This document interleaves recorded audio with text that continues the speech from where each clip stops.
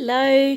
Today I'm going to be taking a look at this Daniel Smith Essential Watercolour Mixing Set. I've wanted this for quite a long time. I purchased it off Amazon because they had a pretty good deal on it. Normally to buy this, it's expensive in Australia, but it was about half the price when I saw this, so I had to get it. But I have been dying to open this box, so let's get into it! I do actually have a full set of Daniel Smith watercolour paints, and I do have some of the colours that are in this set. So I thought it would be really interesting to get the actual mixing set and see what I can come up with. With this we have what they call a split primary palette. So each one has a cool version and a warm version of the primary colours. In this case, yellow, red and blue. There is another set where you can buy just the tubes on their own and it comes in a smaller box, but I like the fact that these ones come in a little plastic box, and there's also a bonus bottle of watercolour ground, so I thought this would be the better value.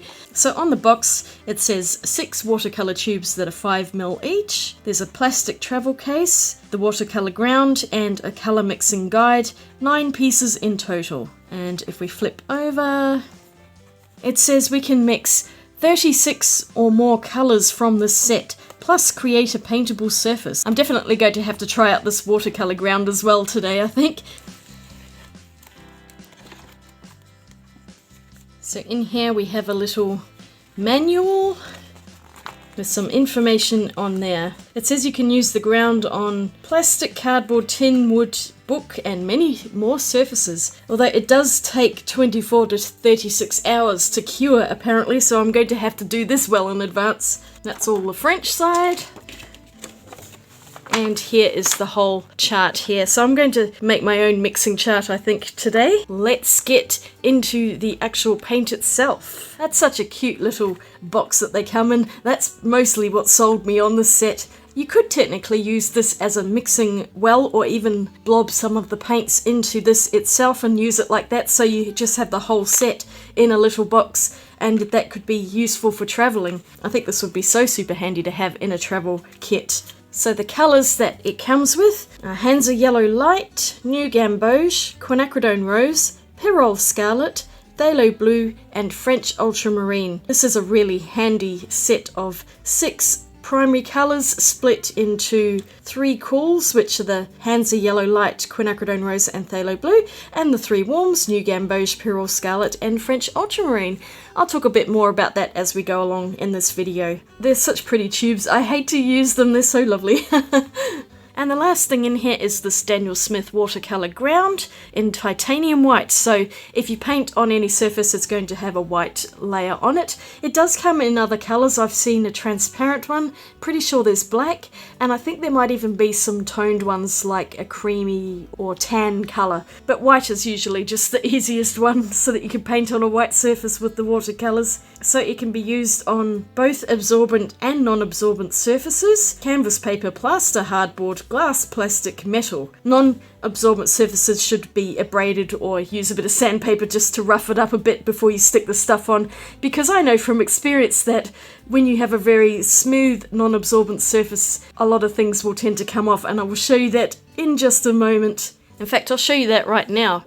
I have this tile I tried to paint a long time ago when I was starting out using alcohol inks, and as you can see over time it has just completely flaked off. So this looked really beautiful when it was done. It was one of my favourite tile coasters. I even turned it into a coaster by putting some cork on the back, but unfortunately I did not use anything to rough up the surface and everything is just peeling right off. I'm going to use this with the watercolour ground. I will have to definitely get out my sandpaper and give this a really good scrubbing first though. I think I might do this first because this is going to take a few days to dry. Spent quite a bit of time sanding this. It's still shiny, but hopefully you can see there are now some scoring marks in it, and I really hope it's enough for this stuff to stick on. This stuff is so thick. I brushed it on fairly generously as well because I wanted to have a decent layer. I found that especially on the tile I did need to put a second layer on because there were small areas that just weren't sticking properly. So once the first layer was down and dried, it was much easier to paint a second layer on because it had something to grip onto. Then I left the tile to dry for about a day or two. I also decided to paint some of the watercolour ground onto some plain cardboard just to see how that would work too. This small bottle isn't really going to cover very much, I don't think. I must have used close to half of it in just these two small pieces, but normally the watercolour ground comes in a large pot, so this is more just a sample size, and it was fun to test it out. I'm painting a second layer on here as well, just to get rid of all of the darkness of the cardboard and make sure I've got a nice thick layer of the watercolour ground. Onto the paints. I decided to squeeze a small amount of paint into a cheap little plastic palette rather than pouring them into half pans. I don't really have any spare tins at the moment, so I figured I'd just use this palette for today, and I labelled the paint names on with a permanent Sharpie so I won't forget which one's which. The lids of these were so difficult to get off. They were really stubborn, so I pulled out this little gizmo. It's a lid opener, one of the best things I've ever bought. It really does save your hand, and it's so much easier to open tiny paint lids. You'll probably see my hands moving around as I'm talking. I actually had to just speed everything up in the end because this took hours, so it's just much better for me to do a voiceover after, I think. Anyway, back to the paints. I have the cool primaries on the left and the warm primaries on the right, and I also kept both primary colours side by side, just so it makes a bit more sense. I just squeezed out a tiny amount of paint because a little goes a long way. Here's my large chart which I've ruled out. Firstly, I'm swatching the colours just as they are, with the cool ones on the left hand side. Hansa Yellow Light is the cool colour for this set. Quite often you'll see Lemon Yellow, and then New Gamboge is the warmer. That one has two pigments, but all of the others are single pigment colours. Going into the reds, and we have the cool Quinacridone Rose, which is actually a violet pigment, and then a very warm Pyrrole Scarlet leaning towards the orange side of things. You could just see how much warmer that is. Phthalo Blue Green shade is the cool blue. It's such a vibrant colour and is one of my absolute favourites. I really like the Daniel Smith version of it. Then we have the warm blue, which is French Ultramarine. And this is the only granulating one in the set, I think. So now I'm mixing up a few different blacks. I decided to go for a cool black and then a warm black. This is the cool. It took me quite a while to get this because phthalo blue is so much more intense than the other two colours. It just really dominates. But slowly I managed to get a mix just by adding in the three colours on top of each other until I got something that was vaguely resembling a black, and now I'm doing this again with the warm colours, and you can see it's quite a different colour of black that it creates. And once again it took me a while to get the proportions right. I kept adding in too much of one colour and then having to mix in its opposite. I got there in the end. I think it looks quite good. And the warm black definitely granulates a lot more heavily than the cool black because of that ultramarine. So now I'm going in with this huge chart, with the top half of the triangle being a concentrated amount of each colour and colour mix, and then underneath in the lower half of the triangle is a dilute version, just with a lot more water added. So I started by painting in each colour just as it is with no mixes, just a concentrate and dilute version, and now we get into the mixing, which is basically mixing each colour with every other colour to get all sorts of different combinations between warms and cools. And this is by no means all of the colours you can get out of this set because I'm only mixing two colours together. If you start mixing three colours together, you're going to get a whole load more. But there are only so many squares I can fit into this, so I just gone with the most basic of the mixing charts. I did think about talking in depth on this, but honestly I find colour theory to be quite boring, so I'm just doing a nice simple overview here. But in case you want to know what warm and cool colours actually are, basically cool colours lean towards the bluish-greenish side of the spectrum, and warm colours lean towards the red-orange side. There are a lot of videos on this subject which you can go in depth into, and if that's something you're interested in learning more about, I really recommend this palette as something to practice with so you can see the difference between the mixes when it comes to warm and cool colours. Just look at the different greens, oranges and purples that I was able to make, some of which are really vibrant and others are a lot more muted. Let me know in the comments if you do want me to talk about this in more depth. It's kind of a video just on its own.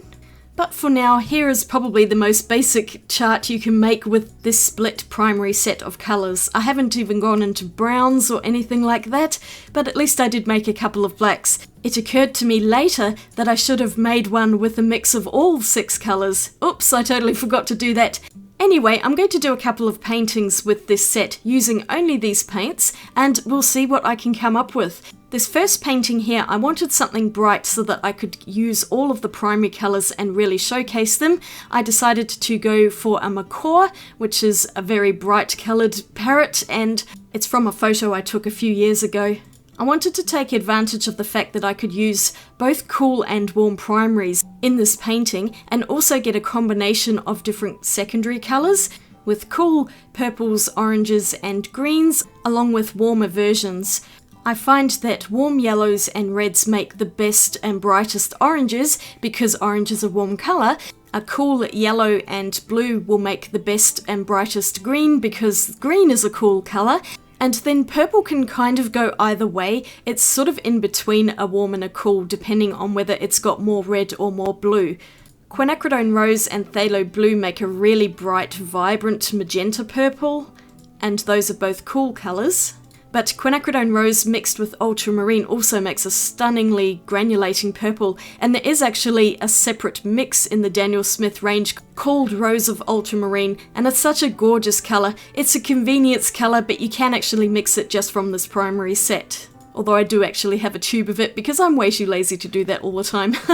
Pyrrole Scarlet, on the other hand, is a much more orange red, so when that's mixed in with either of the two blues, it does create a more muted purple. It's not an ugly colour by any means, but if you want a really bright purple, then a cool red is the way to go, in this case quinacridone rose. For the black of the macaw's beak, I think I might have actually mixed in multiple colours for that. I don't remember exactly my combination. Really, the best way is just to experiment and mix different colours together to see what you get. I painted the background in a more muted green using the warmer ultramarine as my primary blue because that one is far more muted than the phthalo blue green shade, which is insanely bright. I really like Daniel Smith watercolours. They're actually the first professional paints that I ever used, and I actually bought mine as single tubes. I'm kind of wishing I'd just bought this set straight up because it's really great. And this is a perfect little set of watercolours for any ability, whether you're a beginner or advanced. Because it is a professional paint, everyone can benefit from using these. They're extremely high quality, the colours are stunningly beautiful, and I really recommend this set as a startup, or just to have as a little travel palette, which is what I'm probably going to do. A split primary set is always so handy to have, and if you don't have any other colours, you can paint at least a macaw out of it. So now I'm going to do a second painting. And in this one, I'm focusing more on tertiary kind of colours like browns and really muted mixes using multiple paints together. And that's because I wanted to see if I could paint something that's a lot more earthy and not rainbow coloured. This is a little more challenging because you do have to mix multiple colours together, but it's just a bit of experimentation and just keep mixing them on a palette until you're happy with it, or even mix it on the paper. I quite often do that. I'll just stick colours straight on and then add other colours on top of them. It's quite nice sometimes to see the colours split out onto the paper. But anyway, my painting here is of either a mouse or a squirrel. I'm not entirely sure what it is. Some sort of cute rodent, but I just really like the picture and I've been wanting to paint this one for a while. I thought this would be a real challenge for the split primary set because there's no browns, no yellow ochres, no burnt siennas, no Payne's grey. I'm just going to have to make these entirely from the 6 colours that I have in the palette. And it actually worked pretty well, all things considered. I mean, usually I will have a much larger palette of colours and I like to have individual browns and teals and purples, you know, all the colours that technically you can mix, but most of the time I just don't really want to. And bear in mind that there are a lot of interesting pigments out there which you can't get just from this split primary set, so that's something to consider as well. But for today I went back to basics, and sometimes it's good to do that just to remind myself how to mix colours and understand colour theory. These are really good building blocks to have, and then you can expand from there. So in the background I'm basically using what we call palette mud, all of the colours left on my palette just to use it up, and I did have a separate mixing palette here which is off the screen. I also added in a tiny bit of red and blue just to make it a more interesting background. But otherwise this painting is very muted with different shades of brown and grey. Then I used a little bit of pen just to add in some whiskers and other detail. I really like how this painting turned out, it's so cute. And now that the watercolor ground is perfectly dry, I decided to do a couple more paintings just to test it out and see what it's like. I've used watercolor ground a few times now, a different brand before this one. I'm not a big fan of it, to be perfectly honest. It does work, but it is very much a different consistency to watercolor paper. The surface that paint goes on is really important, and so regardless of whether you're a total beginner or more advanced, I recommend using cotton watercolor paper. It's just so much less annoying than cellulose paper, or indeed this watercolor ground. I can't really criticize the ground too much. It actually worked okay, but it causes a massive drying shift when the paint's dry and the colour just totally fades. So I had to go over this a few times with multiple layers to get the vibrancy of colour. It's like it absorbs it in. I don't know, it's a very strange kind of spongy texture, and I don't know that I like it very much. But it worked out okay. I was able to paint on this piece of cardboard, so I guess I have to say that it does work. It's just not my favourite thing in the world. It kind of flows really strangely, and yeah, it's just not something that I'm a huge fan of. Let me know what you think of watercolor ground if you use it. Am I just using it wrong? Or is it just one of those learning curves that one has to go through before it really gets good? My painting's not very good. It's supposed to be a sunset on the water. I've painted this sort of thing before, so I just went with something that I kind of knew how to do. It's a bit of a mess, but nothing that a bit of white pen and some black pen afterwards can't spruce up. When in doubt, turn it into a silhouette. I decided to go for a thicker marker pen here as well because that was just working a lot better, and I can see the fun of using watercolor ground on different surfaces, but that cardboard border just looked so ugly. I just had to paint it black with some acrylic paint. I think it looks much better now after I did this. I do admit I like to experiment on different surfaces, and I suppose it's one way to use up a piece of cardboard, paint watercolor ground on it, and turn it into a masterpiece. At least it has bright colours. So one last thing, the tile, and I was most curious to know if this was actually going to work. So I drew out some basic flowers onto it, because I'd run out of ideas, and flowers is usually something I'll fall back on when I can't think of anything else. I do like the way this turned out though, simple but effective. So the pencil went on really well, as did this rollable pen with black permanent ink, so I was quite impressed with it. In fact, I think the watercolor ground actually worked better on the tile than it did on the cardboard, maybe because the tile is a much harder surface and also isn't porous like cardboard, so it didn't absorb any of that ground into it, it was just sitting on the top. The paints also seemed to behave a lot better on the ground covered tile, and I was able to layer and mix paints a lot more easily here. They also didn't seem to do much of a dry shift, so I think cardboard has quite a lot to do with the issues I was having on the other painting. The paints look a lot more vibrant on here, and so I would say that watercolor ground seems to perform better on non-porous surfaces, so glass, tile, possibly wood. There's a lot more experimentation to be had with this stuff. But I'm glad it was included in this set because it gave me something new to try, other than just painting on regular watercolor paper. The only thing I'm not sure about is how to actually protect this. It's supposed to be a coaster, so I want it to be waterproof, but I can't use a water-based acrylic polyurethane to go over the top of it because it's just going to lift up all of the watercolor. I'm going to have to think of maybe some kind of spray fixative. I do have some for oil pastels, so that might actually work better, at least to spray a protective layer over the top, and then I might be able to cover it in polyurethane to make a nice clear glossy coat. I still haven't done this, but if you have any recommendations, let me know. Otherwise I might have done it in the meantime and made a huge mess of it. We'll see. But I really like how the coaster turned out. I think this is one of my favourites for the day. I was able to make a nice turquoise colour for the background using phthalo blue and a tiny amount of Hansa yellow light, both cool colours to remind you of that cool spectrum. But this is the last thing I painted today, and I just have to say that I really enjoyed using the set. I'm so glad I picked it up, and I'm going to link it in the description below so you can check it out for yourself. I do think this is a really good one to have, or perhaps to give as a gift to a budding artist, and maybe chuck in a cheap little palette in there too. So I really like how this painting turned out on the tile. much better than how it was. So here's everything I did today, quite a lot in the end actually, and if I just scooch the book across because it won't fit on, here are the original swatches, some mixes that I made, some more mixes with all of the colours, and then my 2 paintings using only this one colour palette, and a couple of paintings with the watercolour ground on it. So I really like this set. I think it is so worth getting these. They're all beautiful colours, they're all really vibrant, they go a long way, they're excellent quality, and I highly recommend these Daniel Smith watercolour paints. For beginners, for advanced, it doesn't really matter, everyone's going to benefit from these, and it's such a cute little travel case. I just can't get over how adorable that is. So I hope you enjoyed this video, and I hope it was really helpful seeing all of these colours, and let me know in the comments what you think of the set. Do you think it's worth getting? If you enjoyed this video, don't forget to give it a thumbs up and click that subscribe button, and I will see you all again really soon in my next video. Have a great day out there, and I'll swatch you later. Bye!